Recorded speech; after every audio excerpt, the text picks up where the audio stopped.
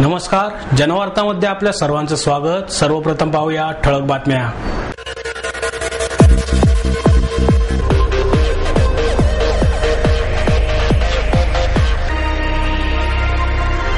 औद्योगिक सकारात्मकता देशाच्या जडणघडणीत यापुढेही निर्णायक ठरेल, तसेच आधुनिक भारताच्या नकाशावर पुण्याने ठसा उमटवावा, केंद्रीय अर्थमंत्री प्रणव मुखर्जी यांची अपेक्षा।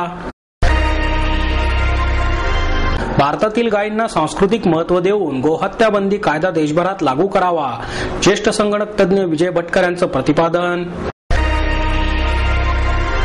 आणि राजकीय पक्ष, स्वयंसेवी संस्था, महापालिकेचे संबंधित अधिकारी आणि या संदर्भात नेमलेली कमिटी या सर्वांशी चर्चा करून बीडीपी झोनमध्ये 4% बांधकाम करण्याचा निर्णय घेणार, मुख्यमंत्री पृथ्वीराज चव्हाण यांची माहिती।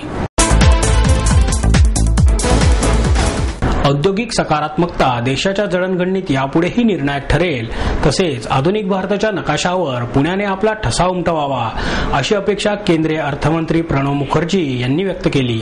आयकॉन्स ऑफ पुणे बिझनेस या पुस्तकाचे प्रकाशनाच्या वेळी मुख्यमंत्री पृथ्वीराज चव्हाण, शालेय शिक्षण मंत्री राजेंद्र दर्डा, बँक ऑफ महाराष्ट्राचे अध्यक्ष अनुप शंकर भट्टाचार्य, अभिजित ग्रुपचे अध्यक्ष आणि व्यवस्थापकीय संचालक मनोज जयस्वाल, व्हॅल्युएबल ग्रुपचे उपाध्यक्ष नरेंद्र हेटे व्यासपीठावर होते। लोकमत मीडिया लिमिटेडचे अध्यक्ष विजय दर्डा अध्यक्षस्थानी होते। अत्यंत नेटक्या आणि दिमागदार सोहळ्यास पुण्याच्या उद्योग, व्यापार, साहित्य, कला, क्रीडा, अर्थकारण, राजकारण अशा विविध क्षेत्रातील मान्यवरांची उपस्थिती होती। मुखर्जी म्हणाले, किर्लोस्कर, टाटा, कल्याणी, गरवारे, बजाज, फिरोदिया या पुण्याच्या उद्योगपतींनी दिमागदार कामगिरी केली। गेल्या काही वर्षात माहिती तंत्रज्ञान आणि वाहन उद्योग क्षेत्राच्या बाबतीत पुणे महत्त्वाचे आर्थिक केंद्र म्हणून देशात पुढे आले आहे। यापेक्षाही या शहराने विकसित केलेले विकासाचे मॉडेल मला अधिक महत्त्वाचे वाटते। येथील उद्योजकांच्या सकारात्मक मानसिकतेमुळे पुणे गतिमान होत आहे। स्वतःचा इतिहास असलेल्या पुण्याला भारताच्या हृदयात खास स्थान आहे। स्वतंत्र लढा, सामाजिक चळवळी, साहित्य, संस्कृती या प्रत्येक क्षेत्रात पुण्याचे वेगळे महत्त्व आहे। पुणे ही केवळ विद्वत्तेची राजधानी नसून महान व्यक्तिमत्वांचेही केंद्र आहे। येथील वक्ते, विचारवंत, लेखक यांनी त्यांच्या कार्याचा ठसा उमटवला आहे। या पार्श्वभूमीवर तरुण उद्योजक आजच्या नव्या युगात देशाच्या प्रगतीसाठी पुढे सरसावत आहेत, हे अत्यंत नैसर्गिकच म्हणावे लागेल, असे प्रतिपादन मुखर्जी यांनी केले। ते पुढे म्हणाले, माहिती तंत्रज्ञान आणि वाहन उद्योगात पुण्याने गेल्या काही वर्षात लक्षणीय कामगिरी बजावली असून ही क्षेत्रे आर्थिक केंद्रे बनली आहेत। बायोटेक्नॉलॉजी, नॅनो टेक्नॉलॉजी या नव्या क्षेत्रातही पुण्याचे उद्योजक पाऊल टाकताना दिसत आहेत। मुख्यमंत्री चव्हाण म्हणाले, पुण्यातील उद्योजकांची माहिती देणारे आयकॉन्स ऑफ पुणे बिझनेस हे पुस्तक एक आगळावेगळा उपक्रम आहे। खासदार विजय दर्डा यांच्या कल्पकतेतून हा उपक्रम साकारत आहे, हे उल्लेखनीय आहे। हे पुस्तक पुढच्या पिढीला नक्कीच मार्गदर्शक ठरेल, असेही त्यांनी यावेळी सांगितले। भारतातील गायींना सांस्कृतिक महत्त्व देऊन गोहत्या बंदी कायदा देशभरात लागू करावा, असे प्रतिपादन ज्येष्ठ संगणक तज्ज्ञ डॉक्टर विजय भटकर यांनी केले। गो विज्ञान संशोधन संस्था पुणे आणि दादरा नगर हवेली मुक्तीसंग्राम समितीच्या वतीने श्रद्धेय मोरोपंत पिंगळे गोसेवा पुरस्कार वितरण सोहळ्यात प्रमुख वक्ते म्हणून भटकर बोलत होते। यावेळी उद्योजक प्रवीण लुंकड, प्राध्यापक नाना जाधव, गोसेवा संस्थेचे अध्यक्ष राजेंद्र लुंकड, मनोहर लुंकड आदी मान्यवर उपस्थित होते। या प्रसंगी राजस्थान येथील भिलवाडा स्थित असलेल्या परमपूज्य माधव गो विज्ञान अनुसंधान केंद्राला गोसेवा पुरस्कार संस्थेच्या वतीने भवरलालजी यांनी हा पुरस्कार स्वीकारला। ओसाड जमिनीत गायींच्या उत्पादनावर आधारित विविध प्रकल्प सुरू करणारे सातारा बिडाल येथील शेतकरी अशोक इंगवले यांना तर 76,000 गायींचे संरक्षण, संगोपन, औषधोपचार करणारे पुण्यातील अशोक शहा यांना गोसेवा पुरस्कार देण्यात आला। देशात हरित क्रांतीने मोठी स्थित्यंतरे झाली आहेत, परंतु त्यानंतर झालेला रासायनिक खतांचा वापर आपण पाहत आहोत। परंतु देशाचा विकास पाहता शाश्वत हरित क्रांती अशी झाली पाहिजे की त्यामध्ये पारंपरिक ज्ञानाला आधुनिक विज्ञानाची जोड देऊन नवीन पद्धती विकसित करायला पाहिजे। त्यासाठी देशी गायीचा वापर करणे शक्य आहे।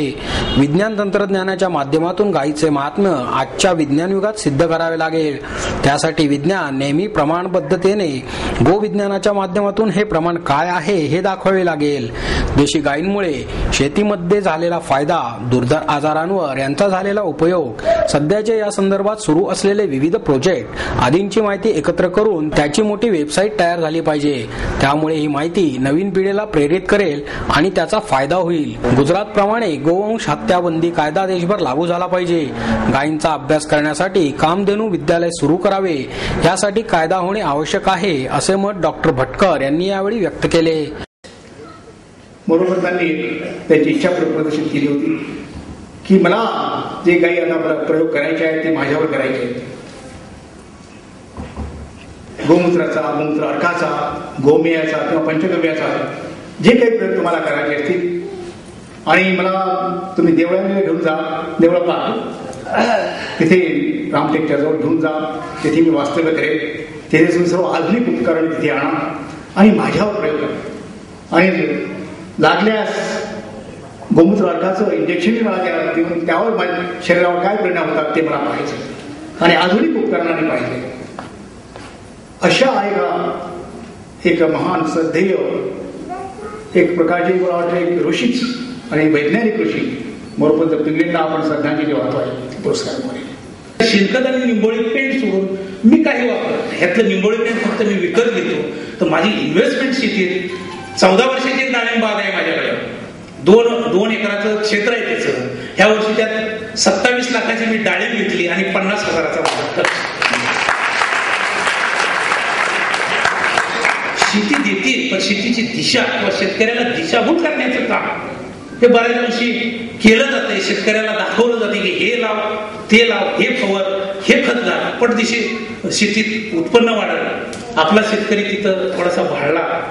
अगदी जर्सी गाय सांभाळताना सुद्धा बादलीवर दुधाकडेच बघितलं फक्त त्यानं. देशी गायला आपण लक्ष्मी समजतो.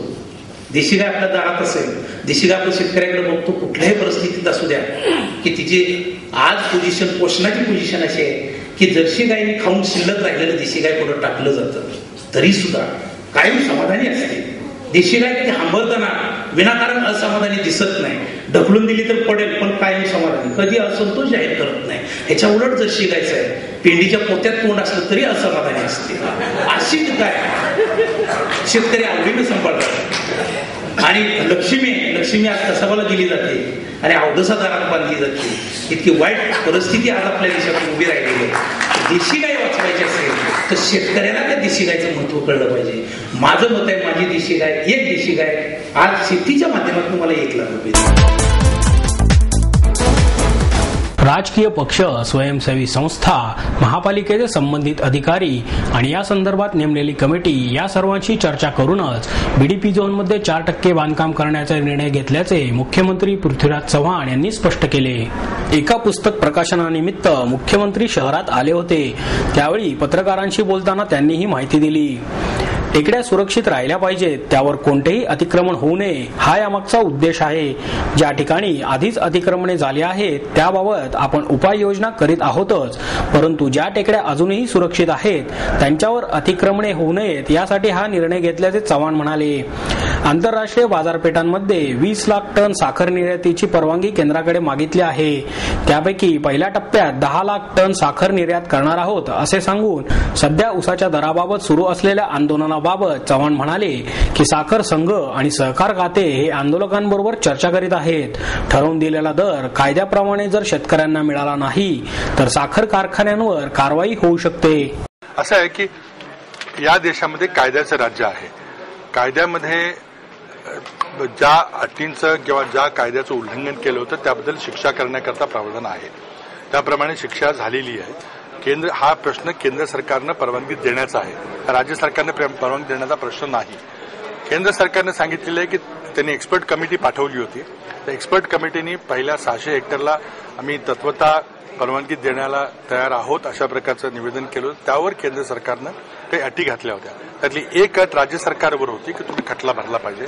ती अट आम्ही पूर्ण केलेली आहे. आता जर कंपनीनं केंद्र सरकारच्या इतर अटी पूर्ण केल्या असतील तर त्यांना कायद्याप्रमाणे त्यांना परवानगी मिळावी लागेल पहिल्या फेजला.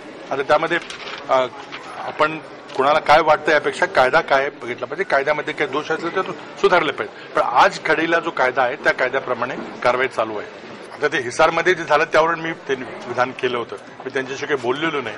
पण हिसारमध्ये जी राजकीय भूमिका अण्णांच्या वतीने घेतली गेली आणि मी गृहीत धरतोय की ती अण्णांच्या वतीने घेतली गेली होती, ती योग्य नव्हती. कारण जर केंद्र सरकारला आपण शीतकालीन अधिवेशनाची जर टाइम लिमिट दिली होती तर त्याच्या आत अशी भूमिका घेणं योग्य नव्हतं. पण त्यांनी ती घेतलेली आहे, तो त्यांचा अधिकार आहे, त्यांना कशा प्रकारे पुढे वाटचाल करायची. पुणे महानगरपालिकेने मुळामुठा नदी सुधार योजना सुरू केली असली तरी त्यात अनेक त्रुटी असल्याचा दावा पुण्यातील पर्यावरणवादी संस्थांनी केला आहे. पुणे महानगरपालिकेने सुरू केलेल्या नदी सुधार योजनेबाबत पर्यावरण संस्थांनी गरवारे महाविद्यालयात चर्चात्मक विश्लेषणाच्या कार्यक्रमाचे आयोजन केले होते. या कार्यक्रमात पुण्यातील परिसर, सजग नागरिक मंच, इंटेक पुणे, गोमुख जल बिरादरी Pune, centre for environment education, national society for clean city आदी संस्थेचे सभासद, विविध संस्थेचे प्रतिनिधी, राजकीय पर्यावरण विभागाचे प्रतिनिधी उपस्थित होते. तसेच अॅडव्होकेट वंदना चव्हाण, पाणीपुरवठा आणि स्वच्छता मंत्री लक्ष्मणराव ढोबळे आदी उपस्थित होते. या कार्यक्रमामध्ये सारंग यादवाडकर यांनी पालिकेने सुरू केलेल्या नदी सुधारणा योजनेतील प्रत्यक्षातील कामे आणि नदी सुधारणाच्या विस्तृत आराखड्यातील असलेल्या नियमावलीमध्ये प्रचंड तफावत असल्याचे स्लाइड शोच्या माध्यमातून दाखवले. यामध्ये त्यांनी नदी सुधार योजनेमुळे नदीपात्राची पाणी वाहून नेण्याची क्षमता कमी झाल्यामुळे शहरात वारंवार पूर परिस्थिती निर्माण होण्याचा धोका आहे. दाट लोकवस्तीच्या भागातील नाल्याच्या पाण्याच्या नदीमध्ये निचरा न झाल्यामुळे आरोग्याच्या गंभीर समस्या निर्माण होणार आहेत. पावसाळ्यात नदीचे पाणी नाल्यामध्ये शिरून पूर परिस्थिती निर्माण होण्याची शक्यता आहे. नदीपात्राच्या खोदाईमुळे निघणाऱ्या 33,55,000 घनमीटर राडारोड्यामुळे पर्यावरणाची हानी होणार आहे. तसेच राडारोड्याची सोय करण्यासाठी 200 कोटीचा खर्च येणार आहे. नदीवर उभारलेल्या पुलांचा पाया या योजनेतील खोदाईमुळे डळमळीत होऊन पूल बडण्याचा धोका आहे, असेही त्यांनी यावेळी सांगितले. हे फातिमा नगरच्या इथे 10 स्क्वेअर म्हणून एक स्कीम आहे, भैरोबा नाल्याला लागून आहे. त्यांच्या मागच्या बाजूला शॉप्स आहेत, तर ह्या शॉप्सना ऍक्सेस देण्यासाठी म्हणून भैरोबा नाल्यामध्ये भर घालण्यात आली. त्या रस्त्याला त्याच्यावर रस्ता बनवण्यात आला, व्यवस्थित रोड रोलर वगैरे चालवून छान इकडे लॉन वगैरे लावण्यात आली. काही दिवसांनी, काही आठवड्यांनी ते नॅचरल तो सरफेस वाटायला लागला. प्रत्यक्षात ही नाल्यामध्ये केलेली एन्क्रोचमेंट आहे. ब्रिज पहा कुठपर्यंत गेलेला आहे, ब्रिजची कल्वर्ट बॉब आणि भर कुठपर्यंत आलेली. शहरात घरफोड्या करणाऱ्या 2 सराईत गुन्हेगारांना गुन्हे शाखेच्या पोलिसांनी सापळा रचून अटक केली. त्यांच्याकडून 13 लाखांचे सोन्याचे दागिने जप्त करण्यात आले. राहुल राजेंद्र दुपकर आणि जितेंद्र उर्फ जितू राजगोपाल पिल्ले यांना अटक करण्यात आली आहे. दुपकर आणि पिल्ले हे सराईत असून दुपकर याच्या विरुद्ध 16 तर पिल्ले याच्या विरुद्ध 10 गुन्हे दाखल आहेत. या दोघांनी गेल्या वर्षभरात घरफोडीचे 11 गुन्हे केल्याचे उघडकीस आले आहे. हे दोघे जण भोसरीत येणार असल्याची माहिती गुन्हे शाखेच्या युनिट 3 ला मिळाली होती. त्यानुसार पोलीस उपायुक्त डॉक्टर संजय शिंदे, राजेश बनसोडे, सहाय्यक आयुक्त विनोद सातव यांच्या मार्गदर्शनाखाली पोलीस निरीक्षक मोहन विधाते, उपनिरीक्षक जालिंदर तांदळे, अरुण सुर्वे, कर्मचारी शाखीर जिनेडी, जावेद पठाण, भरत उदाळे यांनी सापळा रचून या दोघांना अटक केली. जी असते तशा टाईपची एक वस्तू मिळाली, 2 कॅप्स मिळाल्या, स्वेटर जो पोलीस आपण स्वेटर वापरतात ग्रीन कलरचा तसं जर्सी, आणि हे रेबॅन वापरायचे, आणि ब्राऊन चॉकलेटी शूज जे पोलीसचे आहेत ते त्यांच्याकडे गाडीतच मिळाले. गुन्हेगार राहुल राजेंद्र दुपकर याला घरफोडीचे गुन्ह्यात अटक केलेली आहे. त्याच्याकडून टोटल 13,05,000 असा माल मिळालेला आहे व 11 घरफोडीचे गुन्हे उघडकीस आलेले आहेत. त्याच्याबरोबर त्याचा एक साथीदार जितेंद्र पिल्ले हा सुद्धा अटक करण्यात आलेला आहे. आणि दुपकरवर पूर्वी 16 गुन्हे होते आणि पिल्लेवर यापूर्वी 10 गुन्हे होते. सांगवी, देवरोड, निगडी, भोसरी आणि विमानतळ या ठिकाणचे हे गुन्हे आहेत. मुंडवा येथील 900 एकर जमीन निवासी करण्याचा पुणे महापालिकेचा ठराव बेकायदा असल्याने तो खंडित करावा अशी मागणी नगरसेवक उज्ज्वल केसकर यांनी केली. महापालिकेच्या सर्वसाधारण सभेने मुंडवा येथील संपूर्ण 900 एकर जागा निवासी करण्याचा प्रस्ताव मान्य केला आहे.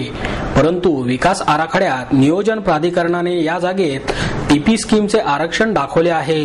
त्यामुळे मुंडव्यातील जागेच्या निवासीकरणामुळे MRTच्या कायद्याचे उल्लंघन होत आहे. येथील आरक्षणे इतर जागेवर टाकावी लागतील. तेवढी जागा उपलब्ध नसल्याने प्रस्ताव मागे घ्यावा लागेल. नगरविकास खात्याचे मंत्री म्हणून मुख्यमंत्री पृथ्वीराज चव्हाण यांच्याकडे हा बेकायदा ठराव विखंडित करण्याची मागणी केली आहे, असे केसकर यांनी पत्रकार परिषदेत सांगितले. त्याचप्रमाणे महापालिकेने यापूर्वी मंजूर केलेल्या प्रस्तावात कोकण रेल्वेकडून करून घेण्यात आलेला अहवाल जोडलेला नव्हता. येत्या 2 दिवसात या प्रस्तावात सुधारणा करून पालिकेला सादर करणार असून तो आगामी सर्वसाधारण सभेत चर्चेला येऊ शकेल, असे नगरसेवक उज्ज्वल केसकर यांनी सांगितले. मुंडव्याच्या 900 एकरचा विषय निवासी विभागात रूपांतर करून आरक्षण करण्याचा जो मुख्य सभेसमोर आला तो MRTP ॲक्टच्या प्रचलित तरतुदीच्या विरोधात आहे. 900 एकरवरची आरक्षणं कॅल्क्युलेट करण्यापेक्षा 146 हेक्टर स्क्वेअर किलोमीटर जे पुणे शहराचं क्षेत्र आहे त्याच्यामध्येच या सगळ्या गावांच्या मध्ये आता आरक्षण टाकणं शक्य आहे. ते होऊ नये यासाठी बिल्डर लॉबीने दबाव आणला आणि त्या दबावावर झुकून प्रशासनाने आणि राजकीय नेत्यांनी हा विषय मंजूर केला. हा विषय रद्द करावा, विखंडित करावा आणि हा सगळा भाग हा DPशी संलग्न करून जो रिवाइज DP येतोय त्यामध्ये समाविष्ट करावा अशी माझी मागणी.